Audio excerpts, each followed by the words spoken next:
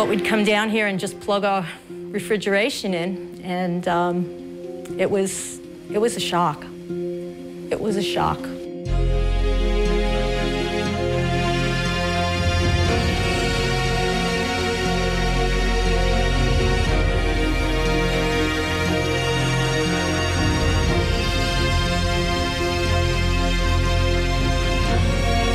Matthew is now responsible for at least 283 deaths in Haiti. We'll be with you throughout the night. Everybody has a little bit different time period, but we all are going to get totally impacted by this storm. And I thought, my gosh, should I have evacuated my family? What's our city going to look like? It looked like almost like a tornado had gone through it. It was that everything was thrown about so much. With a new hurricane season upon us, Channel 4 looks into the lives of those who are still feeling the pain of this disaster. Some people are still living in the nightmare of Hurricane Matthew today. Why experts warn that it's only a matter of time before a hurricane directly hits our coast. At some point, we're gonna roll snake eyes, and we're gonna get that severe hurricane to come into North Florida, southeast Georgia as well. If a direct landfall occurs, this will be unlike any hurricane in modern era. And why the leaders of Florida's coastal communities worry people won't evacuate when they should. If there's one thing that I can make very clear to everybody that's watching this broadcast, if that storm had not jostled to the right, taken a jig to the right a little bit 2 hours before it hit, there would have been decimation in Jacksonville Beach, and there would have been hundreds of people killed.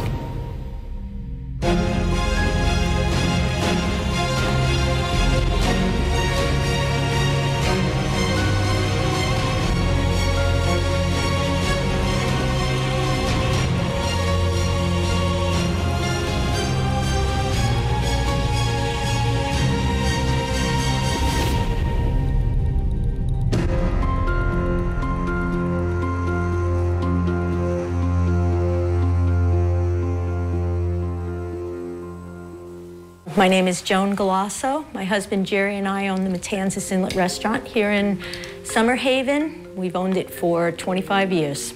We had quite a few celebrities stop in over the course of 25 years. Kenny Chesney spent the afternoon here, coaches from the University of Florida.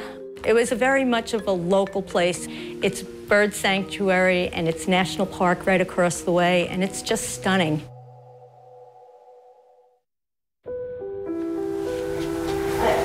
I don't know what to say. I have refrigerators, triple door freezers back there that are toppled. That's one of our booths. Oh my gosh. In the dining room that was on that wall there that wound up in the kitchen. This just took my heart out. May 2017, 7 months after Matthew, the Galasso restaurant still looks like this. It was the most life-changing event in my life. It certainly was. We were here making a good living. We had a great sense of, we had awesome help. Our staff was just aces. That was the hardest part, was knowing that, you know, we weren't all gonna be together anymore.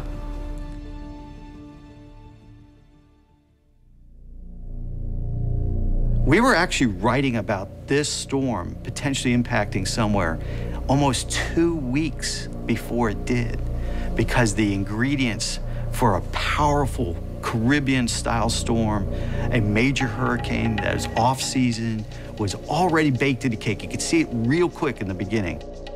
The Jaguars were playing in London when I first got a call about a potential threat from a storm. And then the Monday of the storm, if I remember correctly, was when we had back in the Emergency Operations Center, a full debriefing on what could be coming at us. About 10 days before the storm, John Gahn called me on my cell phone, and I can tell you in 9 years, he's never done that. And he said to me, there's a storm that's spinning, or getting ready to start spinning towards us, and I think this one's gonna be serious. We find the Hurricane Hunter reports the highest winds. They're gonna be right in this zone here, and those winds have been up to 145 miles an hour. did not compare at all to any recent storms in our history. In fact, most locals recall the 2004 hurricane season when we were impacted by Jeanne and Francis, and those were only tropical storm strength when they impacted the First Coast area. And even getting back into the early 60s, even in comparison to Dora, Matthew in itself was its own beast. At one point, we were anticipating the potential of a Category 4 storm just offshore of Palm Coast. And our area had not seen a storm of that magnitude, that intensity, since 1898. Matthew was unique. In fact, it was a record breaker. According to the National Hurricane Center, Matthew reached Category 5 intensity at the lowest latitude ever recorded in the Atlantic Basin, and it was intense. Just 2.5 days after it was named, it grew to a Category 5 storm and set its sights on Haiti. It skirted the Caribbean nation as a Category 4 storm with winds topping out at 156 miles per hour. Over 500 people died there, and the storm's projected path didn't look good for Florida. One long swipe up the heavily populated coast with very little margin for error. In Northeast Florida, the storm was projected to hit at one of the worst possible times, high tide. The wind, there's nothing that you can do really to protect yourself. You know, you can board up the windows and things like that, baby steps in how much damage could really come through. But water goes everywhere, and unless you get away from it, there's no way to protect yourself from it. I think I can speak for the whole team to say we were really worried that a lot of people may be trapped on the other side of that intercoastal. We knew we were going to get impacted here in Northeast Florida. The question was, is it going to be Floyd Part 2? If you remember, 1999, massive traffic jams up and down I-95, I-10, total standstill, people abandoning their cars as they were leaving from South Florida to go to Central Florida, to go to North Florida, to get to Western Florida, to get away from Floyd, which was another very large hurricane. With the thought of the potential of another major traffic tie-up like that caused by the evacuations ordered during Hurricane Floyd, government leaders mulled over the implications of ordering another evacuation. You want to make sure when you choose to evacuate a zone that it's a real threat, because if you have to ever evacuate again, you want people to take the threat seriously. But with the storm as big as it was, and moving even closer, around 1.5 million Floridians were ordered to leave. About 500,000 of them were in Duval County. I know it's a pain to go through all the trouble of evacuating, finding a place to stay in Lake City or Live Oak or Gainesville or wherever you're going to go. The monetary expense, the inconvenience, it all seems to be a tremendous pain, but I'll tell you what, it's a lot less pain than watching your children die. The words are blunt. Government leaders say they had to be leading up to the storm because Matthew had the potential to be a killer. Matthew was unique in the sense that he fired up so intensely out there in the Caribbean. It was like a big red warning sign that something bad's about to happen. And on Thursday, October 6th, with an updated model from Hurricane Hunters, a Category 4 or 5 storm plowing somewhere along the shore of Northeast Florida looked like a distinct possibility. Evacuate. The storm will kill you. Time is running out. They didn't evacuate, and my mother just called me, and the ocean water is surrounding their house. The chilling cry for help made at the height of the storm. Why some say it should serve as a distressing warning to leave the next time an evacuation order is issued. People say, I'm going to ride it out. They get in trouble, they pick up the phone and try and call the police or the fire department, and then no one's there. Thanks for making Becca Barry all fresh year-round. News 4JAX, the only local station, all new at 4. It's what St. Augustine's all about. We're seeing Matthew continue to remain very impressive, a very strong Category 4 hurricane. The Hurricane Center, like Tom mentioned, will have an update. Ahead of the storm, I put everything, or as much as I could, on top of tables. I took any small pieces upstairs. I sandbagged around the openings around the house, barricaded the front door since the water, I figured the surge would come in that way.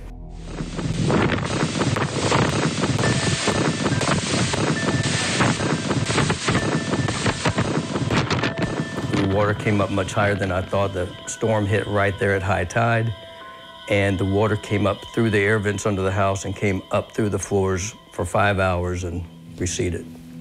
So this is my foyer here, and you can see that this is the high water mark that came in, which ended up being 20 inches over the floor that was here.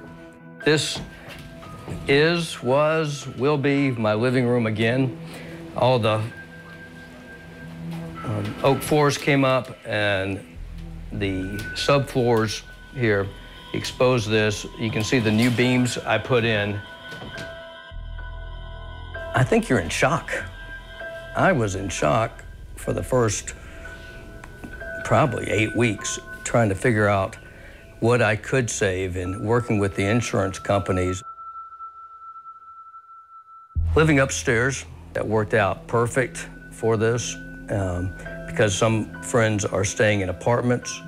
Other people in Davis Shores are in motorhomes or campers. We're all doing what it takes, and I'm fortunate to be able to be at my house.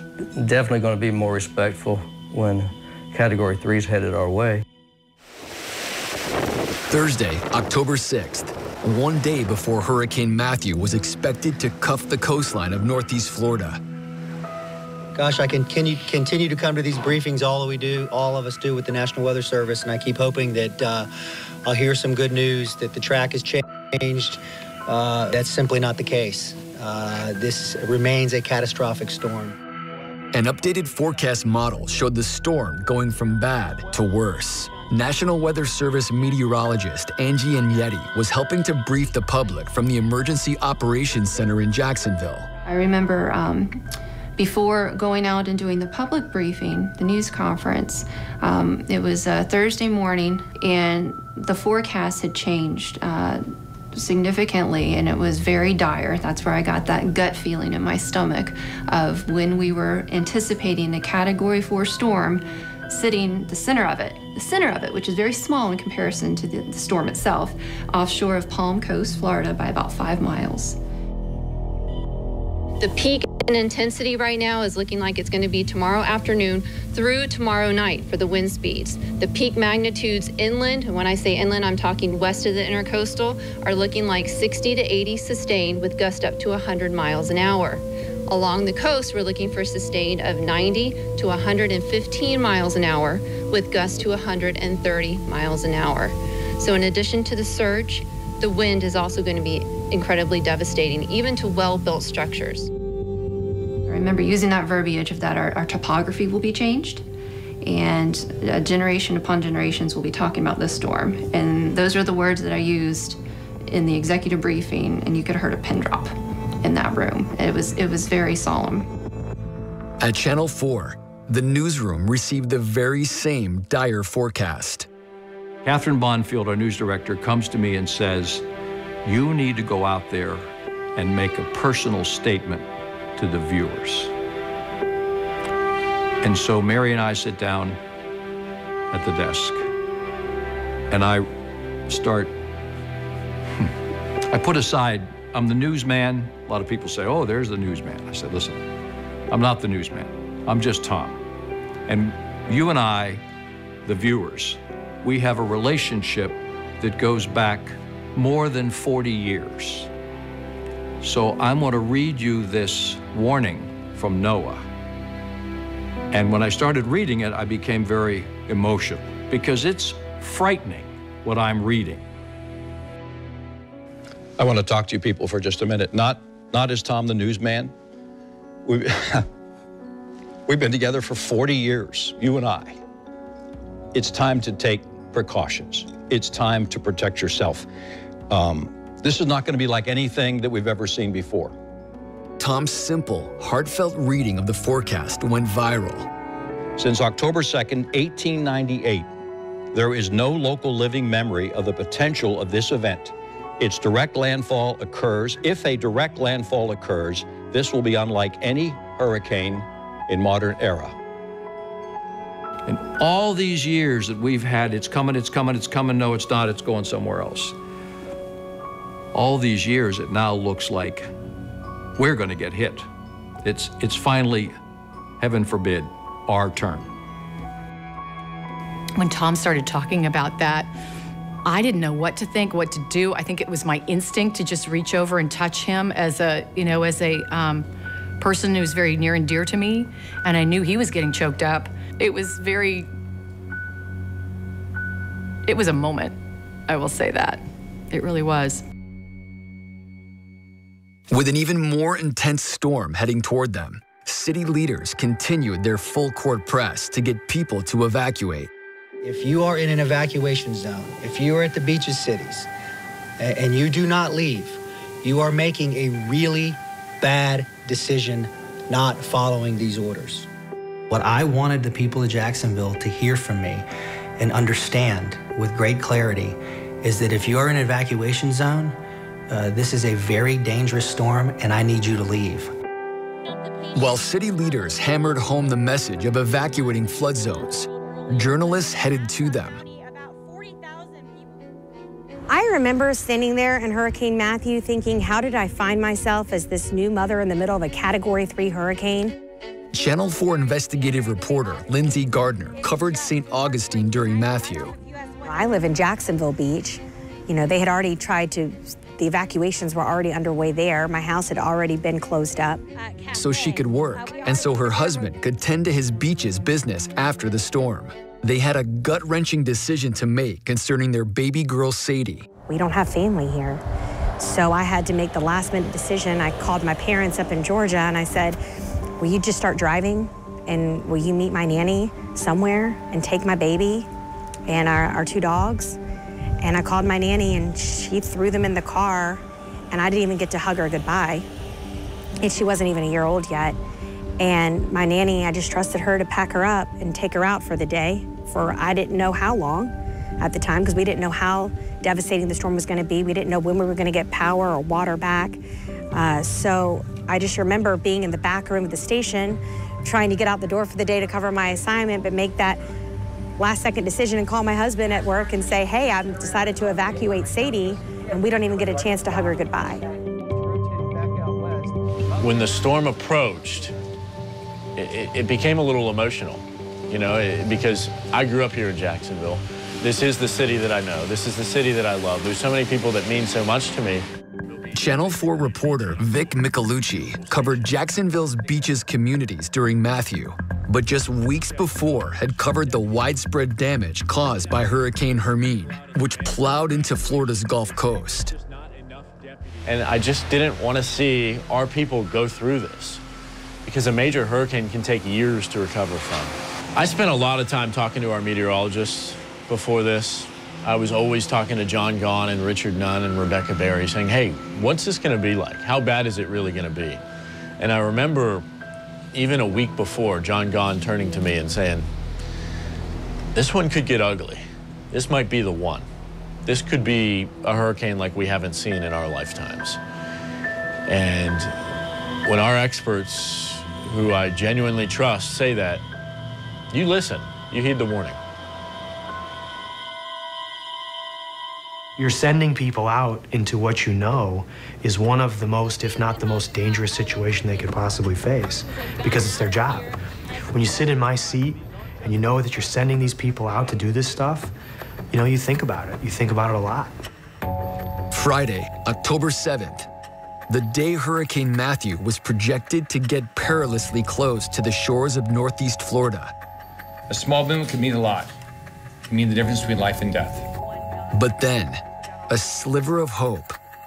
So I had laid down for a few hours during the early morning hours, Friday morning, from like about 1 to 4 a.m. And I got up and I started looking at satellite imagery, and I saw the center of the storm start to take this little wobble off to the northeast. And I was tired. I was afraid I might be seeing things. So I called my office and I was like, hey, you guys see what I'm seeing? They're like, yeah, it's starting to take a little jog off to the northeast. And it was deviating from the official forecast track a little bit, but it was deviating in the right direction. And with that one wobble, kept him off the coast all the way past Jacksonville. A single wobble on a Wednesday afternoon. It was that wobble, really, that saved us from so much more damage. That slight jog to the east has saved Jacksonville. You saw me sample those radars just off the coast. Had the storm just been 10, 15 miles west, Tom and Mary, the impact would have been far greater. When I briefed that observation during the early morning hours of Friday to the mayor and to the commissioners, to the Jacksonville, to the beaches mayors, I should say, I didn't want to convey that, hey, we're in the clear, we're good. That was by no means the message, but the amount of devastation, the potential devastation had decreased significantly, even just with that 20 miles a difference farther offshore. So I don't want to say I was relieved. I was, actually. I would say I did have some relief Friday morning, being able to brief. It's taking a jog in the right direction, which is farther offshore. How do you pray about a very dangerous storm that's coming at you? Because you don't want your city impacted, but you also don't want any other city impacted. So I just said a simple prayer that that thing would wobble and it would have as little impact as possible. I got down, I kneeled down, I crouched down, and I started to pray. And I said, please, God, just save us, protect our people. Sure enough, read into it how you'd like. This storm was tracking east, a little bit further away from the coast. So we were still gonna get hit by it, but we weren't gonna get the worst. Coming up, Matthew may not have given its worst, but what it did bring was bad enough. A man who filmed some of the most dramatic images of Matthew's waves beating up local beaches. His experience of riding out the storm in an oceanfront condo. I think if I made the decision to do it again, I probably wouldn't do it. What condiment includes Define local. Being better prepared to explain why those stories matter to you and your family, making it worth your time to watch. That's our promise and our commitment to you every day. Channel 4, the local station. If you're planning on leaving, now's the time to go. It's speed limit on Beach Boulevard, it's speed limit exiting the beaches, it's speed limit on the interstates. Now's the time to go. This storm has been described as one that is historic. And quite frankly, neither Nikki nor I or anybody else here at this station wants to sit back and have you become a part of that history. I own Scarlett O'Hara's, Hoptingers, Shim Sham Room. I stayed because I have a lot of businesses and I was worried and I thought that maybe I could help in some way, shape, or form, which is a big mistake. Stayed in a penthouse on the 13th, 14th floor down on 11th South. So we were pretty good. We were hunkered down. There was probably 8 to 10 of us. We did go out on the balcony. It was really windy, and we were kind of holding on to the pillars and playing around that way, which, again, wrong move to do. There's a couple areas on 12th Avenue South and a couple of the walkways. You can just see the foam of the wave coming up and going all the way onto First Street.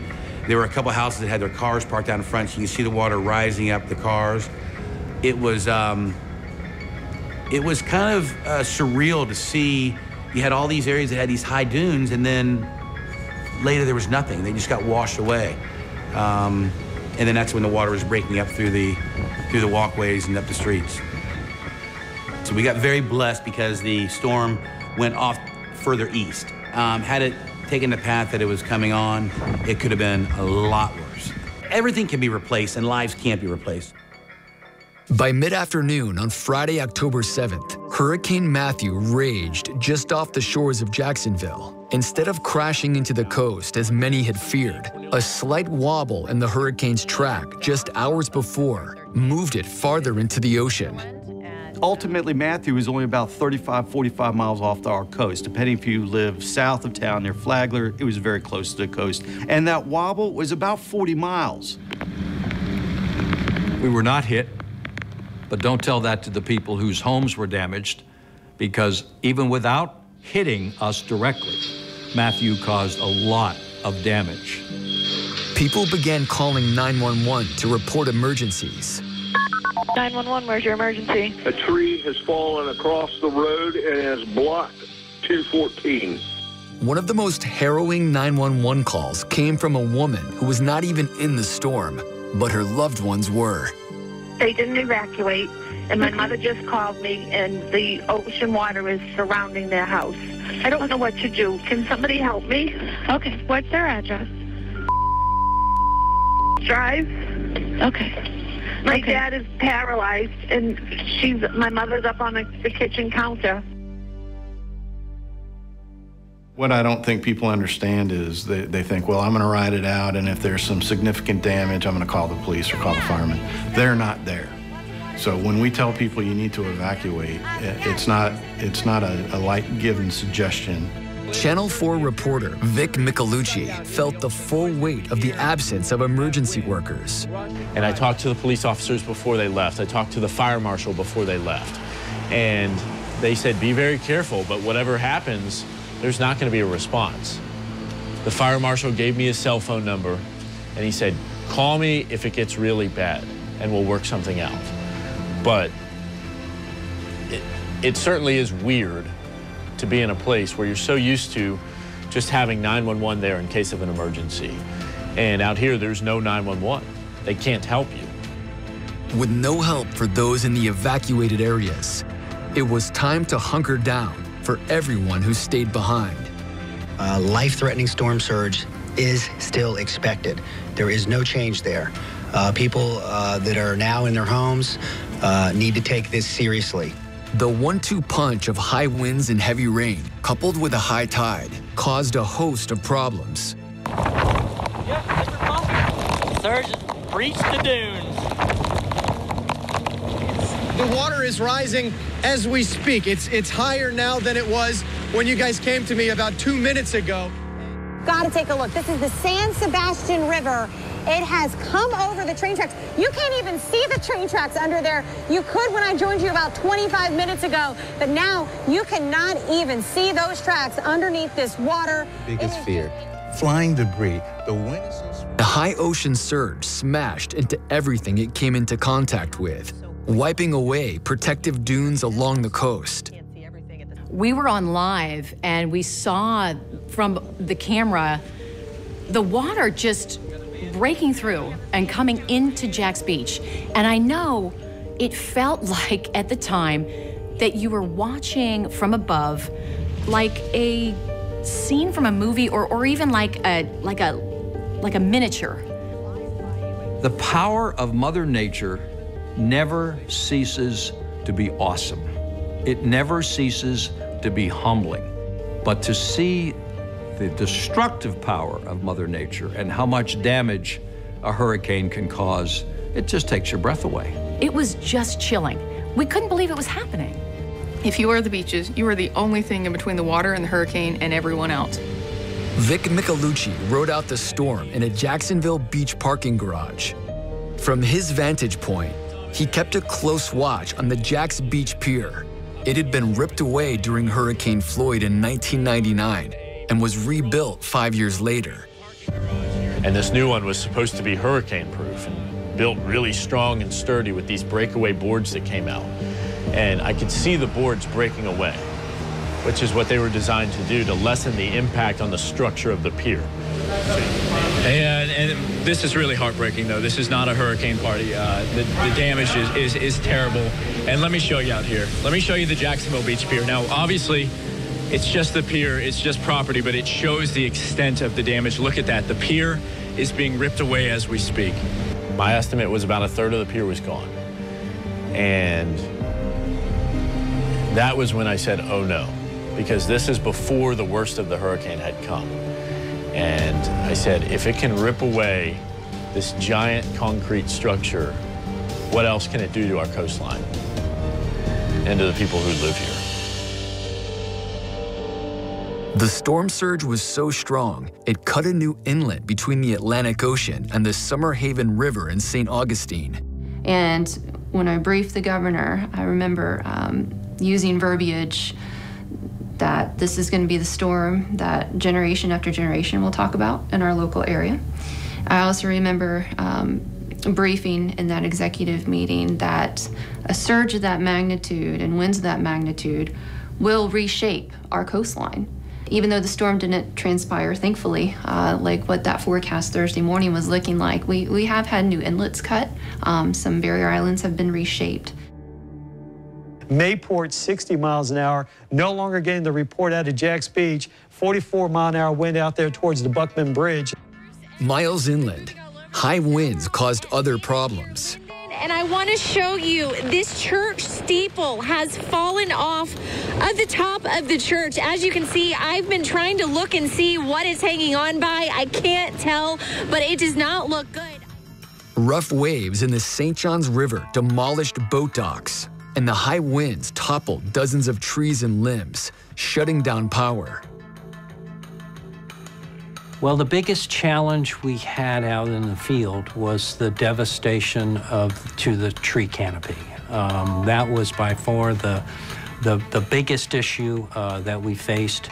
Paul McElroy is the Chief Executive Officer of JEA, the electrical service provider for nearly 500,000 residents and business owners in Duval and Clay counties. At the height of this, it was in excess of 250,000 people. Hurricane Matthew caused thousands to lose power. Nearly all of JEA's 2,000 employees worked to get power up and running right after the storm. And eventually, 450 crews from 7 states would come to help as well. We had all of our crews, electric, water, and sewer crews, were ready to roll on Saturday morning. After making good headway, JEA officials publicly stated that everyone's power would be restored within days. That didn't happen. Utility repairs still have a long way to go, however. About 60,000 local residents are still without power. More than half of them are here in Jacksonville. Deadlines for getting everyone's lights back on continue to be missed. The JEA made a terrible mistake by saying that they were going to get everybody's power back on by midnight Monday. If they had to do it all over again, they would never say that, I'm sure. It was an optimistic prediction, but people heard it, we broadcast it. You expect that power to be back on, and then it wasn't. People were real unhappy. Katie Kamula was one of them. All right, JEA, come on, come get my power back on. Katie's power was off for 11 days. Not only was it tough on her and her 4 kids, it was dangerous for her baby son, Cameron. He was born prematurely with health problems that required a sleep apnea monitor. No power meant Cameron could die. Especially babies who, stop breathing in the middle of the night, you're not alarmed to that. You sleep right through it. And that machine would send off an alarm and we'd be right there. You'd, tap his feet, wake him, call him by his name, and it would startle him to breathe again. A Channel 4 reporter was interviewing Katie after the storm when a JEA crew finally arrived to restore her power. Right. Oh my God, we got power! You're gonna make me cry! Oh my gosh. I feel it. I did cry. It was just, you get so frustrated. And I have no family down here. I don't really have many friends.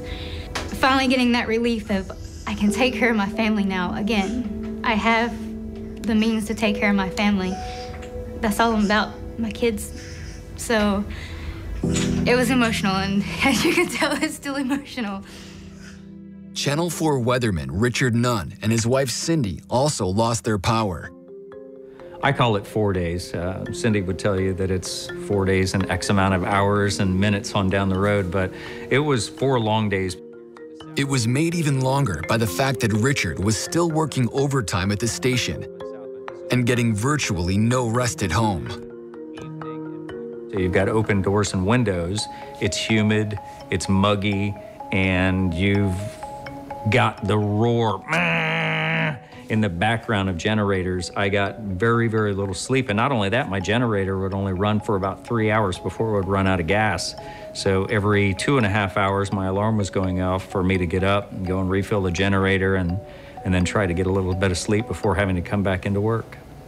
Like Katie Kamula, Mayor Lenny Curry was frustrated at the length of time it was taking for power to be restored. He publicly urged citizens to tweet him if their power was still out. If you're the last person to get restored, I recognized the pain of that individual and that family. So there was no moment in my mind where we could pat ourselves on the back and rest on accomplishments, because as long as someone had been without power, struggling for food and water, we needed to make sure that they knew that we cared about them, and we were coming to help them and restore their power. McElroy, who was out of state attending his daughter's wedding when the hurricane hit, says they underestimated the length of time it would take to clear fallen trees from smaller roads. That is what ultimately held up power restoration for people like Katie and her family.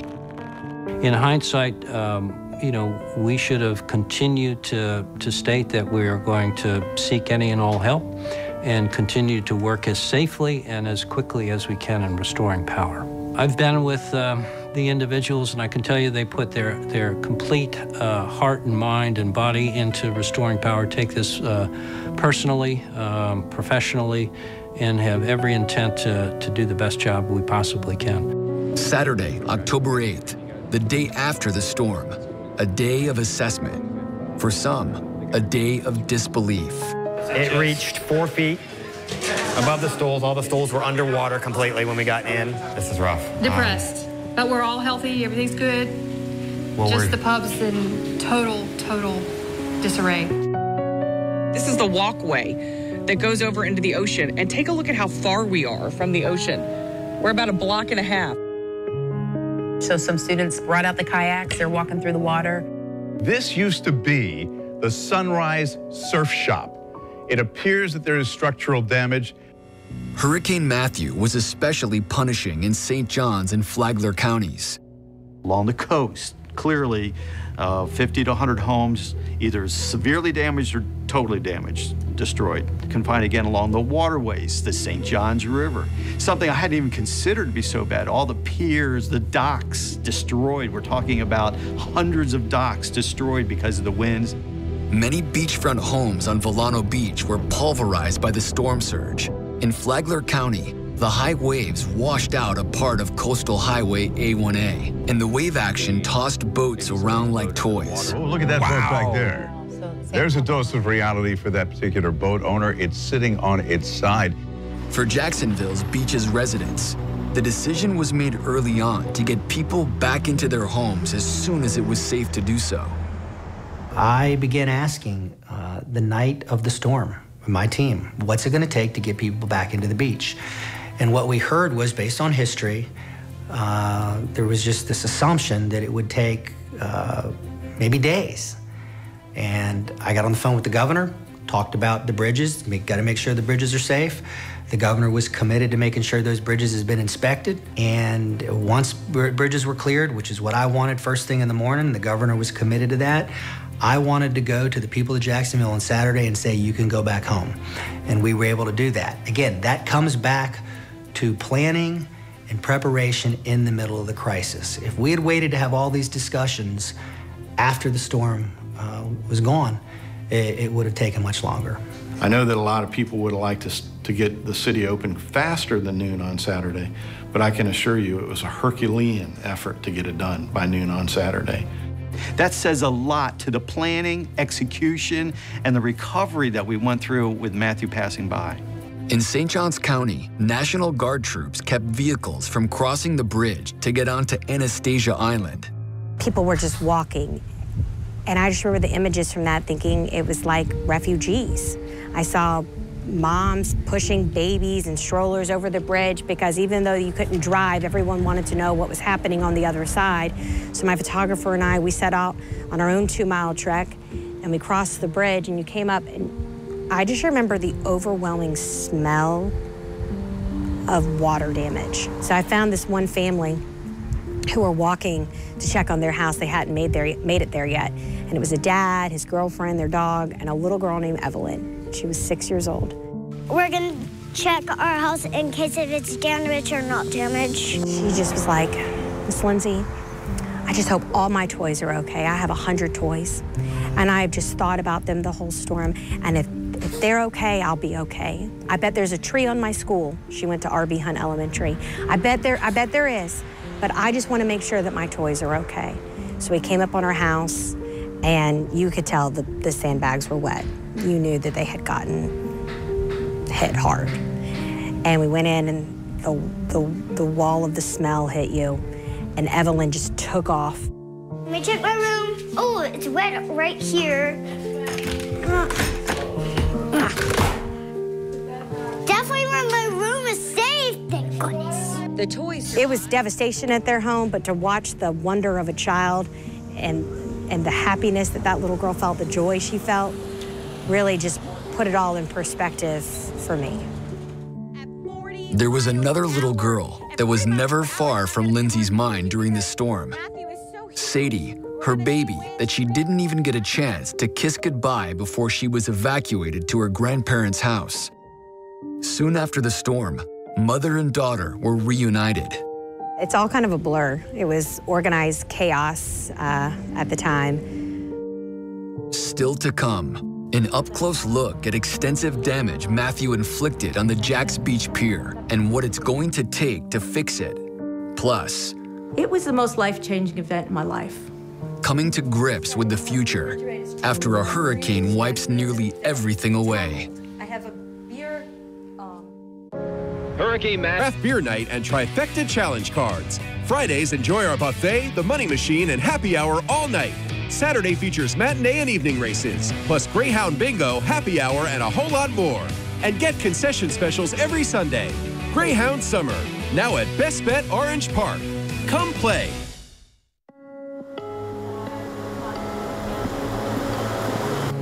When I saw the video of all that water coming in, at that point I was not here, but I cried because I knew we were going to lose stuff. We saw most of it coming in from the inland waterway over here, and we could see it just coming in, and it was not stopping. Once they let the roads open, that was when we came back on. Again, all the neighbors basically were here with us too, and again, we all opened up their doors. We thought, ooh, it looks good outdoors. Opened up the doors and were met with the reality of the mud and the stench and all the disaster in the house. We had a water line approximately here. I've never been in a disaster like this ever in my life, and it was traumatic. It was extremely traumatic. I still love living here. I said jokingly to my father, I said, I probably will just buy indoor-outdoor furniture from now on because it will float, so. It's been months since Hurricane Matthew walloped Northeast Florida, and the damage is still evident.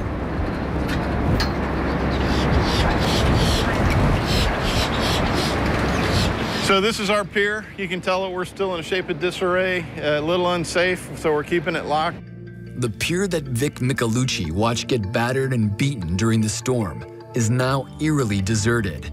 Planks are missing, and 300 feet of the pier simply washed away. Here's an example of some of the wood popping up, and this is as far as we're going to be able to go. A design firm has been chosen to evaluate the pier, and it's estimated to cost about $7 million to rebuild it. Like most things battered by Matthew, money and patience are a must. In Volano Beach, the damage that remains can only be described as astonishing. The most dramatic of the damage was the beachfront homes, particularly in our southern counties. And to see homes where there was no land under the front half of the home anymore, there was no sand under them. This house remains untouched all these months later. Its foundation washed out from beneath it, its walls collapsed, leaving the inside exposed. I go out and witness the damage, and it chokes me up. You know, I get emotionally choked up seeing other people hurt. I'm a meteorologist. I forecast for folks to prepare.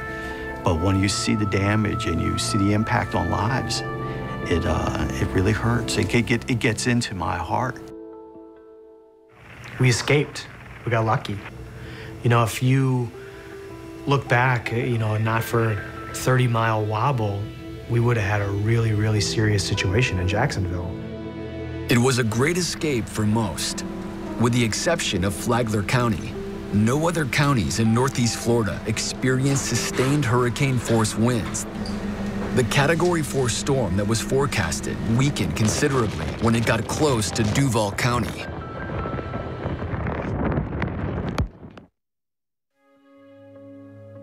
In an in-depth report about Matthew, National Hurricane Center scientists estimate that the hurricane's wind and water caused about $10 billion in damage.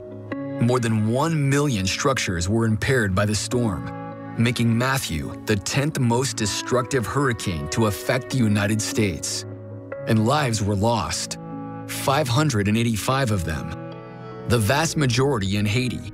25 people died in North Carolina, mainly from floodwaters. And 2 women died in Florida.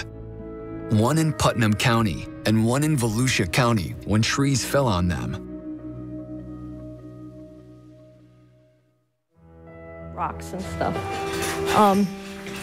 This partition was torn off, and then all these booths were smashed into the kitchen, and they were just pushed right through the kitchen. Remember Joan Galasso? She's the owner of the Matanzas Inlet Restaurant.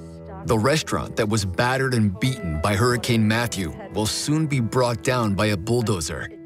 And even though it's been 8 months since Matthew hit, Joan won't ever forget the first time she and her husband saw the mess Matthew made. As we came across the bridge and we came into the parking lot, we saw our walk-in box and freezer in the middle of the parking lot. It had been ripped off, not only the foundation, but off the side of it was anchored to the wall as well. And it was loaded with food. And it was a heavy thing to have moved. Our deck was gone, our gazebo's gone, our walls are gone, our equipment was all tumbled. It's just incredible, the force of the water. The hurricane hit the Galassos hard, and not just the restaurant they've owned for the past 25 years. Matthew also forced floodwaters into their home and cars.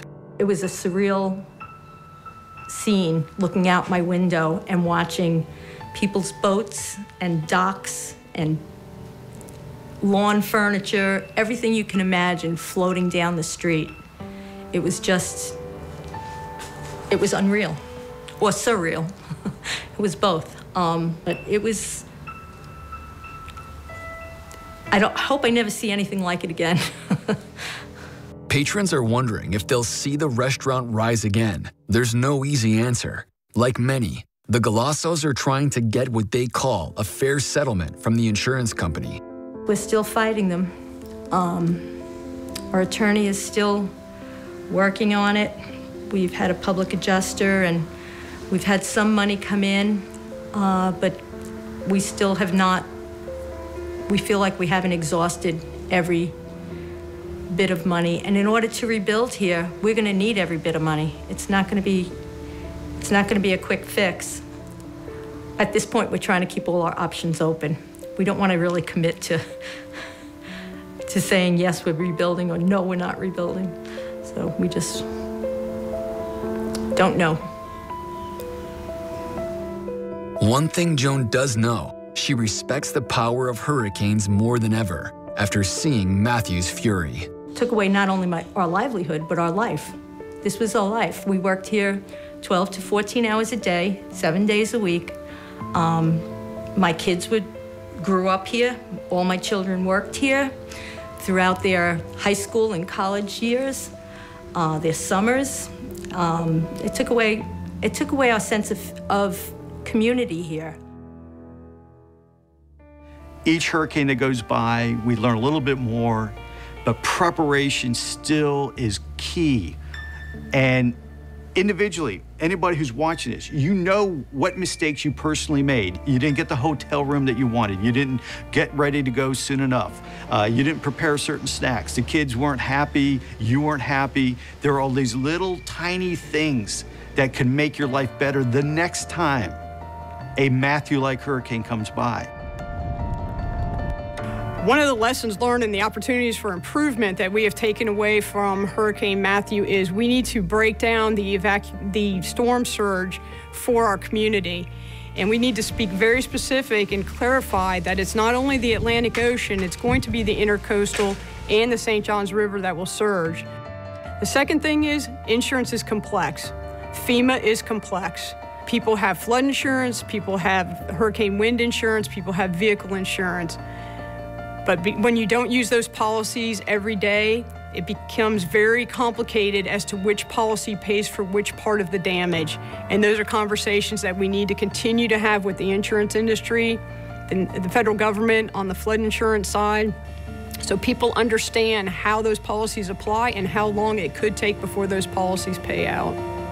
Make sure you got flood insurance, and make sure you're ready. If your house is below the base flood elevation, make sure you take the steps necessary that if there is a hurricane coming, that it could possibly flood, make sure you can protect your house as best as possible. If people had stayed, and if that storm had not jostled to the right at the last minute, people would have died. Houses would have been completely destroyed. People would be hanging on to trees in winds of 85 to 100 knots, hoping that they could hold on. Now imagine your kids trying to keep them protected at the same time. A lot of the structures will fail. A lot of the roofs will come in.